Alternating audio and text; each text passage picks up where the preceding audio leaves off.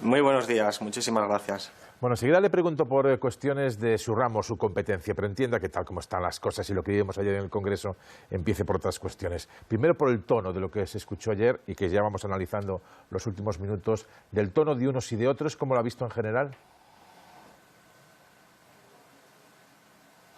Bueno, desgraciadamente nos estamos acostumbrando a este tipo de política con este tono excesivo, dramático, hiperventilado, que lo único que hace es incrementar la crispación.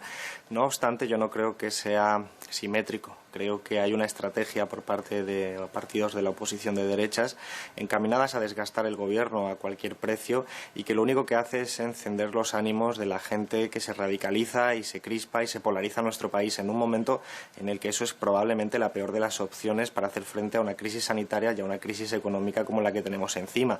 Por lo tanto, nosotros seguimos llamando a la calma, a la responsabilidad y sobre todo a entender que nuestro país va a tener que enfrentar y está enfrentando ya determinados retos que exigen una altura política para efectivamente, pues manteniendo las diferencias políticas e ideológicas, ser capaces de encontrar puntos en común, intersecciones en las que podamos trabajar.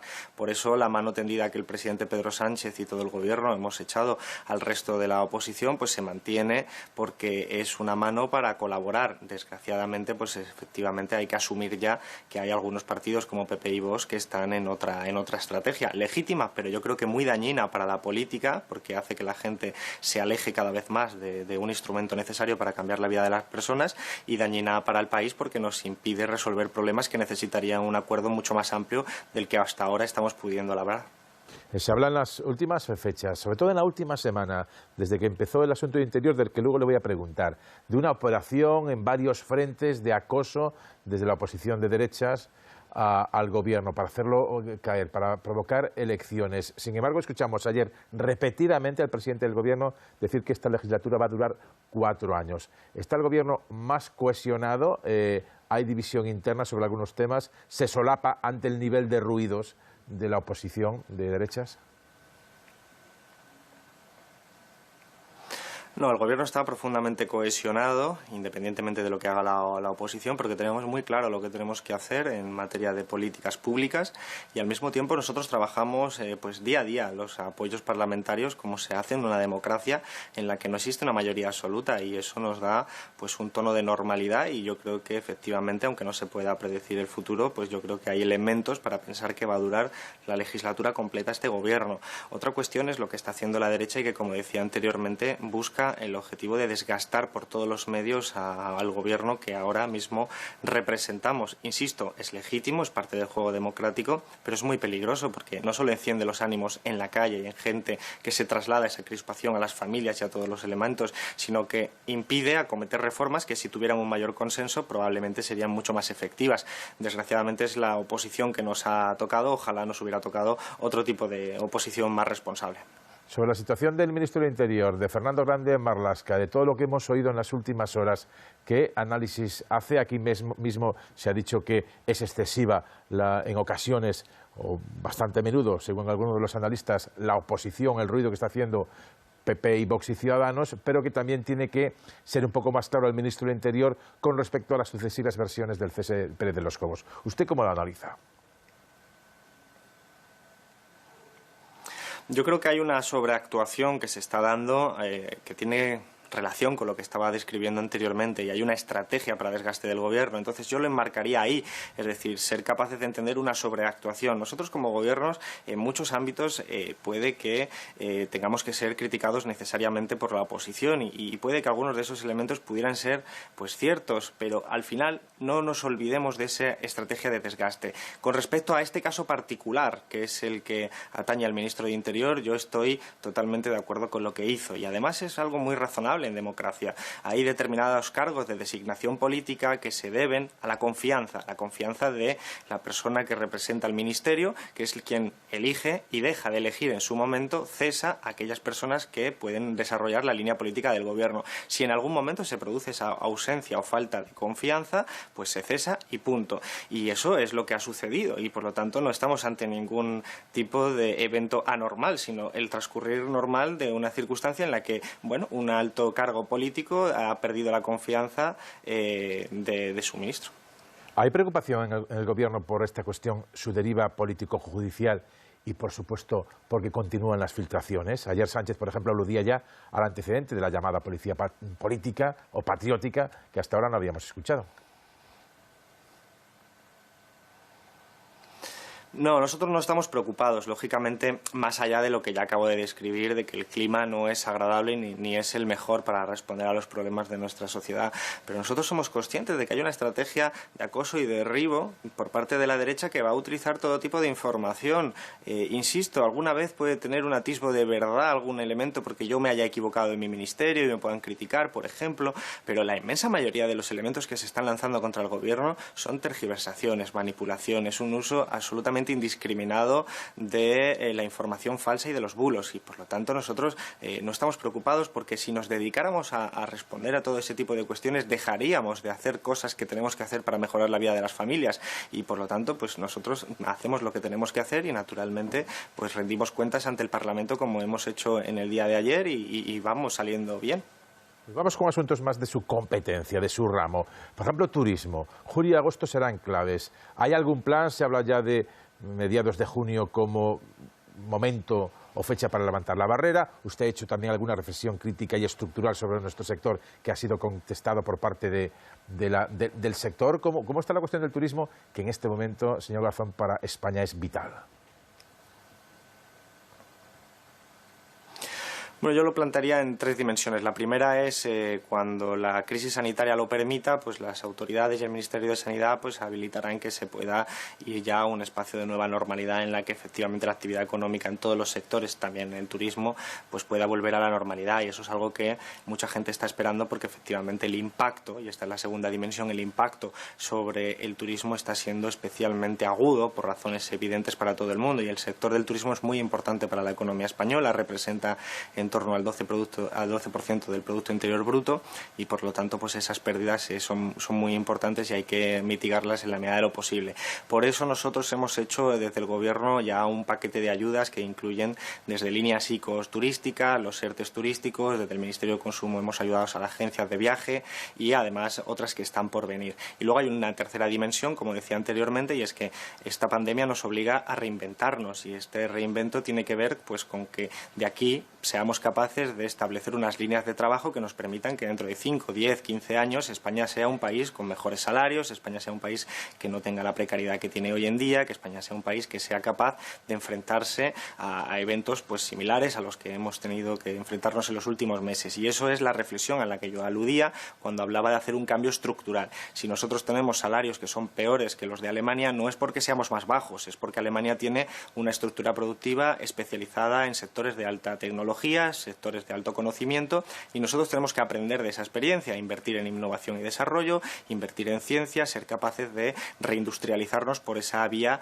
de apoyar ese tipo de sectores que funcionan como motor de la economía. Esa es la reflexión que yo hacía. Eso, lógicamente, implica hacer cambios, y es posible que haya sectores minoritarios, absolutamente minoritarios, que los cambios pues se resistan y que prefieran el modelo anterior. Pero el modelo anterior lo conocemos todos, es un modelo que en todos los sectores siempre ha incluido una precariedad muy elevada, y yo aspiro a que España pueda dejar atrás el ámbito de la precariedad. Esa reinvención que tenemos que hacer exigiría pues acuerdos con todos los actores, las empresas, los actores sociales y desde luego los actores políticos. Eso lo vinculo con lo que decía al principio, ojalá hubiera un clima mejor para abordar esto que a lo mejor no es urgente, porque lo urgente es lo sanitario, lo urgente es la crisis económica, pero es lo importante, es lo que nos va a permitir que las generaciones del futuro puedan vivir mejor que las de hoy. Esa reflexión es necesaria y ojalá pues pudiera estar instalada en la mesa sin ser utilizada de forma pues absolutamente tergiversada por parte de alguna gente para atacar al Gobierno. Pero en cualquier caso, estas tres dimensiones que acabo de situar sobre el turismo y la economía en particular, yo creo que el Gobierno los estamos haciendo bien. Dos o tres cuestiones por mi parte y le cedo el turno a mis compañeros de mesa de análisis. Una cuestión que para algunos ha sido sorprendente, aunque si se analiza en profundidad quizá no lo sea tanto. Hablo del consumo. El ahorro familiar ha aumentado durante esta pandemia, los datos están ahí. ¿Ayudará esa bolsa de ahorro que se ha generado en estos 3 meses de no gasto fuera del domicilio para la reanudación de la actividad económica, entre ellas la del turismo? Bueno, es un elemento normal. La gente pues no ha podido salir de casa y por lo tanto el consumo, que naturalmente tiene un carácter presencial en su abrumadora mayoría, pues exige que la gente se pueda salir de su vivienda. En todo caso, ahora veremos con la nueva normalidad si se puede producir pues una reactivación de la economía. Yo estoy convencido de que se va a producir, lo único que todavía no podemos saber con qué intensidad. Nosotros estamos invitando a la gente a que evidentemente pueda, si tienes las capacidades económicas, pues si va a hacer turismo, hacerlo dentro del país, en fin, poder reforzarnos entre todos y entre todas. Pero es obvio que hay un sector de la población muy importante que está especialmente perjudicado por esta crisis, por la detención de la actividad productiva, y es al que hemos dirigido el escudo social, un escudo social que es para que la gente que no llegaba a fin de mes porque se había quedado sin ingresos, pero tenía pagos que hacer, pues pudiera tener los ingresos suficientes por los ERTEs o bien por el ingreso mínimo vital que se ha aprobado ya, es decir, sostenimiento de rentas. Todo eso no solo es para que la gente llegue a fin de mes, que evidentemente es una cuestión ético-moral necesaria en una democracia y un país desarrollado, sino también porque ese dinero se va a emplear en gastarlo y se va a gastar en la pequeña y mediana empresa del barrio. Eso va a permitir reactivar la economía, se puede permitir reactivar el empleo. Bueno, pues esa es la cuestión que está por ver todavía, porque dependemos en gran medida de esas fases de desescalada que a su vez dependen de la crisis sanitaria y de la responsabilidad que afortunadamente ha sido enorme por parte de la población española de forma mayoritaria. Sobre una cuestión que está circulando mucho y nos llega a todos, a usted también, la devolución del dinero en los vuelos cancelados cuando sucedió la pandemia. Usted ha dicho, la reglamentación europea señala claramente que en caso de cancelación las aerolíneas tienen que ofrecer la alternativa de devolver el dinero. ¿Está sucediendo esto? Pues como nosotros observamos y a través de diferentes procedimientos, tanto de comunicación con asociaciones de consumidores como con el trabajo cotidiano en las comunidades autónomas y el específico del Ministerio, comprobamos que no estaba sucediendo. Es decir, la reglamentación europea establece que se tiene que devolver el importe del vuelo a los 7 días si el vuelo ha sido cancelado, o ofrecer un bono alternativo si el cliente quiere, pero si el cliente no quiere coger el bono tiene la opción siempre de que se le devuelva el importe en su totalidad. Estos elementos no estaban bien informados, estaba produciendo una mala práctica por parte de la mayoría de las aerolíneas, no todas, desde luego, pero de muchas de ellas. Y por lo tanto nosotros, y yo como ministro, les escribí a las aerolíneas, les dije, tienen ustedes que corregir esta mala práctica que ha sido constatada. No se hizo y por lo tanto nosotros lo que vamos a hacer y ya hemos hecho ha sido un estudio, una acción de cesación, es decir, vamos a llevarlo a los tribunales para que un juez evalúe si se está produciendo esa mala práctica y se pueda corregir. En definitiva, los consumidores tienen sus derechos protegidos por la reglamentación, en este caso la reglamentación europea, y tienen derecho a, si quieren, que se les devuelva el dinero. Las empresas aerolíneas, lógicamente, tienen también problemas derivados de la crisis sanitaria, pero para eso el Gobierno ha establecido líneas de crédito, ha establecido una serie de ayudas y para proteger a esas empresas, para que no quiebren, pero ese coste no puede recaer sobre personas que han comprado un servicio, que han establecido un contrato y que no se ha satisfecho su servicio y, sin embargo, sí que lo han pagado. Para todas estas cuestiones, por ejemplo, el Ministerio acabamos de abrir una página web que está ya publicada en todos los perfiles y que yo creo que es muy buena, que permite a toda la población acceder a la información de todo aquello que haya sido alterado por la pandemia, contratos pues en escuelas infantiles, por ejemplo en gimnasios o cualquier tipo de contrato que se haya hecho de un bien o de un servicio, para saber cómo actuar, porque al final es una cuestión de información y eso es lo que nosotros tenemos que hacer, aclarar cuáles son los derechos de los consumidores. Una última cuestión muy breve por mi parte. Ante situaciones como el cierre de Nissan o de Alcoa, se oyen voces que piden nacionalizar algunos sectores de la economía y que intervenga el Estado. ¿Usted es partidario de nacionalizar empresas o de intervenir en el grupo accionarial, por ejemplo? Bueno, en términos abstractos es una herramienta disponible, no solo por la Constitución, sino, como estamos viendo, también está en el ámbito europeo. Muchos países europeos están, de hecho, interviniendo en el capital de muchas empresas, entre ellas algunas aerolíneas, países como Alemania o como Francia. Por lo tanto, es una herramienta. Lo único que hay que hacer este tipo de instrumentos siempre a partir de un estudio concreto, y el estudio concreto tiene que ver con una planta específica, Nissan, un sector del automóvil que está ahora mismo pues siendo fundamental para la economía española española, no solo en el número de empleos, sino también para la balanza de pagos, para otra serie de cuestiones macroeconómicas, y por lo tanto habría que examinar con detalle, y eso es lo que está haciendo el Ministerio de Industria, cuáles son las medidas necesarias. Lógicamente para nosotros es fundamental mantener la industria un poco en la línea de lo que decía antes, bueno, un poco no, mucho. Necesitamos tener una industria fuerte, necesitamos tener servicios de alto valor añadido, necesitamos ser capaces de pues tener una economía, digamos, que permita tener altos salarios, y estos episodios pues son episodios que se suman ya a una lista de desindustrialización que vamos sufriendo desde los años 80, que hacen a nuestro país más débil, y por lo tanto nosotros tenemos que acometer políticas públicas para revertir esta tendencia, que va más allá de un gobierno y de dos. Es una tendencia que, como bien saben muchas de las regiones de nuestro país, entre ellas la suya, Galicia, pues hemos sufrido las desindustrializaciones de forma muy notable, y eso ha deteriorado el nivel de vida de las comarcas, de las regiones, del empleo, pero también de la propia economía, y eso es lo que tenemos que corregir, reindustrializar, hacer un cambio estructural. Pero vuelvo a insistir porque es muy importante. Para esto sería idóneo llegar a acuerdos con la mayor parte de los partidos, pero sin embargo pues nos encontramos con que algunos que lo que están haciendo es ver con el rabillo del ojo las siguientes elecciones y ver cómo pueden a través de la crispación ganar más votos. Se están concentrando en el corto plazo, cuando en este país ahora mismo tendríamos que tener también las luces largas para ver qué tipo de país nos va a quedar dentro de 10, 15, 20 años, y lo de Nissan es una alarma que tenemos que atender. Turno para los analistas. Lucía Méndez, escucha Alberto Garzón. Sí, buenos días, señor Garzón. Le ha contestado usted a mi compañero Xavi que el cese de Pérez de los Cobos simplemente tiene que marcarse en una pérdida de confianza, como si Pérez de los Cobos fuera jefe de la Secretaría o director de gabinete del ministro, ¿no?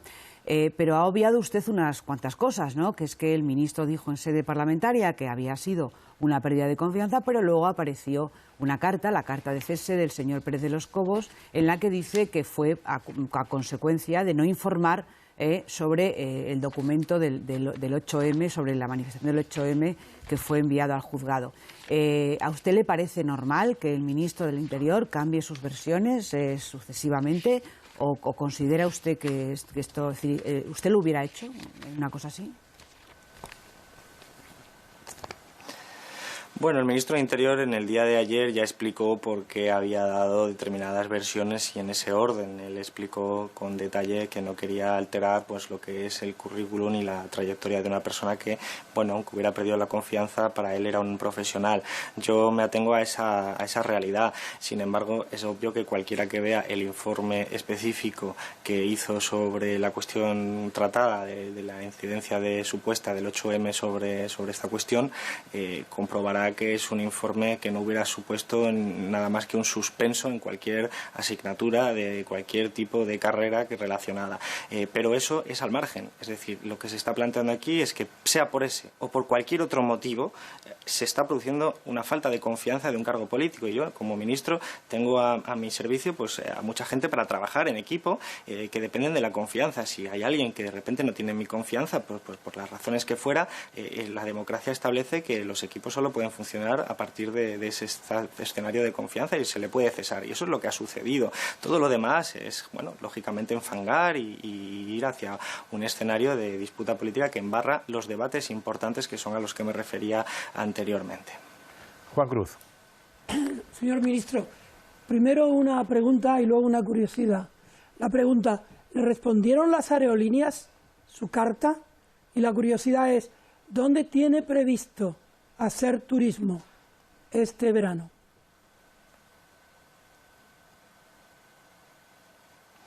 Bueno, la primera no nos contestaron, es decir, me parece que al menos hasta el día que hicimos la acción de cesación no nos habían contestado. Y eso es lo que nos motivó a hacerlo, porque se estaba produciendo, pues como decimos, una mala praxis que además está profundamente documentada, porque nuestro trabajo no es falto de rigor, sino todo lo contrario. Trabajamos con comunidades autónomas, trabajamos con asociaciones de consumidores, e incluso a nivel personal todos tenemos algún amigo, familiar o vecino que ha visto cómo sufría esas consecuencias de la mala información, y por lo tanto pues eso es el proceder que hemos hecho para que se cumpla la ley. Fíjate, era tan revolucionario como eso. Y la segunda, bueno, vamos vamos a ver si los dirigentes y responsables políticos tendremos esa oportunidad en este momento, porque todavía no está claro cómo va a evolucionar. Pero si yo tuviera la oportunidad de hacer ese turismo, naturalmente haría un turismo nacional, un turismo para apoyar pues a los empresarios de nuestro país, que efectivamente pues van a tener una pérdida importante de ingresos como consecuencia de la ausencia de mucha llegada de turistas, y yo creo que si los españoles ayudamos a nuestro país, pues eso es lo mejor que podemos hacer en momentos como este. Lola García. Sí, vamos a ver. Antes de la pandemia, su formación tenía una posición crítica hacia todo el tema del turismo. Consideraba pues que había una dependencia económica excesiva del turismo y que eso también comportaba una serie de consecuencias en las ciudades, sobre todo en las grandes ciudades españolas. Ahora, claro, dependemos, el 10% del PIB viene del turismo. ¿Usted cree que deberíamos salir de esta crisis con menos dependencia del sector turístico o no va a ser posible? El turismo es un sector muy importante, de hecho es el 12% del PIB, como decía antes, a nivel de España, pero en algunas regiones o provincias como la mía es muy superior, en Málaga. Eso es así y por lo tanto nosotros tenemos que proteger eso. Lo único que ocurre es que cualquier país desarrollado con una capacidad alta de proceder a reparto de salarios elevados y alta productividad son países que están muy diversificados, es decir, no dependen solo de un único sector, y por lo tanto la estrategia que yo apuntaba de cambio estructural tiene que ir encaminada a reforzar la industria, a reforzar los servicios y la industria de alto contenido tecnológico, a elevar la calidad y a preferenciar la calidad sobre la cantidad. En el ámbito del turismo hay segmentos de mucho valor añadido, hay segmentos pues que preferencian la calidad sobre la cantidad. Yo creo que ese es el camino y eso es lo que está haciendo este gobierno, pero hay que entender que son transiciones lentas, estos son cuestiones de ciclo económico que van más allá del ciclo político, por ahí que yo insistiría tanto en la necesidad de alcanzar acuerdos, pero efectivamente nosotros tenemos que fortalecer los sectores que ya tenemos, proteger el empleo que ya tenemos, pero aspirar a que no dependamos de un único sector, ni siquiera de dos sectores. Tenemos que ser capaces de tener una economía diversificada donde los sectores de alto componente tecnológico, de alta intensidad de conocimiento, son los tractores de la economía. Eso es lo que nos permitirá tener altos salarios, eso es lo que nos permitirá en última instancia pues poder disfrutar de condiciones de lo que se entiende como un país desarrollado. Lo he dicho antes y quiero explicarlo de forma muy pedagógica. Un camarero o camarera en España es igual de productivo que un camarero o camarera en Alemania. Lo único que ocurre es que el camarero o camarera en Alemania cobra 3 veces más. Y eso no es porque nosotros seamos vagos, eso es porque hay una estructura productiva más diversificada, un país que tiene otro tipo de orientación productiva. Eso es el debate central y no pues estas cosas de regate corto en las que desgraciadamente muchas veces nos metemos, que son necesarias, pero ojo, no nos olvidemos de lo importante. Una última cuestión, señor Garzón, volviendo a la clave política, que está muy de actualidad. Tras las palabras de ayer, las acusaciones al presidente del Gobierno con respecto a la actuación del ministro del Interior, y él apelaba o recordaba al Partido Popular, a Pablo Casado, que callaban cuando surgían noticias de la llamada o presunta policía patriótica en la época de Fernández Díaz, creo, Jorge Fernández Díaz, al frente del Ministerio del Interior. Y la pregunta es sencilla. ¿Tiene usted, por ejemplo, o compañeros de partido, o miembros del Gobierno, compañeros del Gobierno, algún temor de que algo parecido a la llamada policía patriótica en otro tiempo siga actuando? Bueno, vamos a ver, nosotros lo que percibimos es que hay una derecha política que está haciendo acusaciones de trazo grueso, están hablando de gobierno ilegítimo, de gobierno criminal, están en un discurso absolutamente peligroso para la democracia, que socava las bases de la convivencia y de la cohesión social, y que ese discurso está calando. Y hay muchas instituciones políticas y institucionales en nuestro país que en última instancia pues pueden ser reflejo de ello. Lo vemos, bueno, pues seguramente muchos de los que nos están escuchando tengan en su grupo de familias pues la crispación como consecuencia de eso. Nosotros lo que estamos es tratando de trabajar en relación a los objetivos políticos que nos hemos marcado.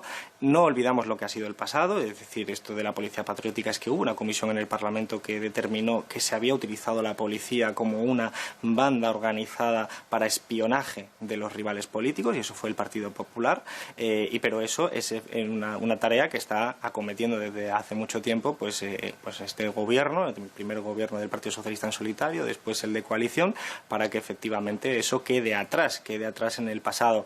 Y yo confío en que es así, porque la inmensa mayoría de guardias civiles, de policía, de fuerza y cuerpo de seguridad del Estado son democráticas, defienden las instituciones y no se dejan arrastrar por ese discurso profundamente peligroso de la derecha política. Puede que haya elementos reaccionarios dentro de esas fuerzas y cuerpos de seguridad que asuman como propio ese discurso que a veces incluso invita al golpe de Estado, aunque sea a nivel discursivo. Puede, pero yo creo que son absoluta minoría y efectivamente no ponen en este momento en riesgo la democracia, que es la que nosotros tenemos que defender absolutamente. Para concluir, porque vamos a pasar al siguiente tema y es Estados Unidos. Están ustedes, lógicamente, centrados en lo que pasa en España, pero imagino, no sé si con el rabillo del ojo o algo más, están viendo lo que pasa en Estados Unidos, que ya ha pasado también a otras ciudades europeas, la protesta por la brutalidad policial contra un ciudadano negro. Sí, desgraciadamente pues es un caso más que se produce en un contexto totalmente desafortunado, en el sentido en el que estamos hablando de una pandemia, una crisis económica que en Estados Unidos también está siendo muy fuerte y un gobierno pues que está tomando unas decisiones en materias sanitarias pues muy cuestionables y muy fuera de lo que se está haciendo en otros países como España o la Unión Europea. En todo caso, estamos ante una situación que nosotros observamos con enorme preocupación. Nosotros estamos naturalmente comprometidos con la lucha contra el racismo y estamos naturalmente comprometidos con todos aquellos que quieran hacer una sociedad democrática, una sociedad de iguales. Pero hablamos de un país que ha tenido muchos episodios racistas y que esperemos que esta nueva escalada de protesta pues se pueda traducir en una mejora de las condiciones de vida en Estados Unidos para toda esa población que ha estado absolutamente al margen de las instituciones y del cuidado, no solo de la policía, sino de muchos servicios públicos. Alberto Garzón, ministro de Consumo, muchísimas gracias por atender la llamada de la televisión pública, de Televisión Española.